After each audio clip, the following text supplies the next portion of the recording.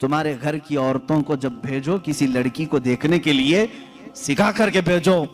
جاتے ہی یہ نہ پوچھیں کیا کیا پکانا آتا ہے, کیا کیا سلنا آتا ہے, ایمبرائڈری آتی ہے کہ نہیں آتی ہے. یہ نہیں, سب سے پہلا سوال کرو کہ قرآن کتنا پڑھا ہے, قرآن پاک تجوید کے ساتھ جانتی ہے. پہلا سوال کرو اپنی بہوؤں سے.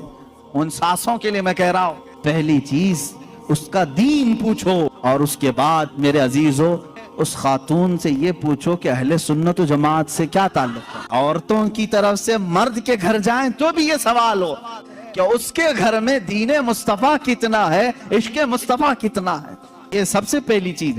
اب یاد رکھنا, جس خاتون کو اس سوال کے ساتھ تم لائے ہو اس کی زندگی پوری اللہ رب العزت کی ذمہ کرم پر ہے. پھر اولاد اللہ کے ذمہ کرم پر ہیں. حسن و جمال کے ساتھ اللہ تمہیں با اخلاق اولاد عطا کرے گا.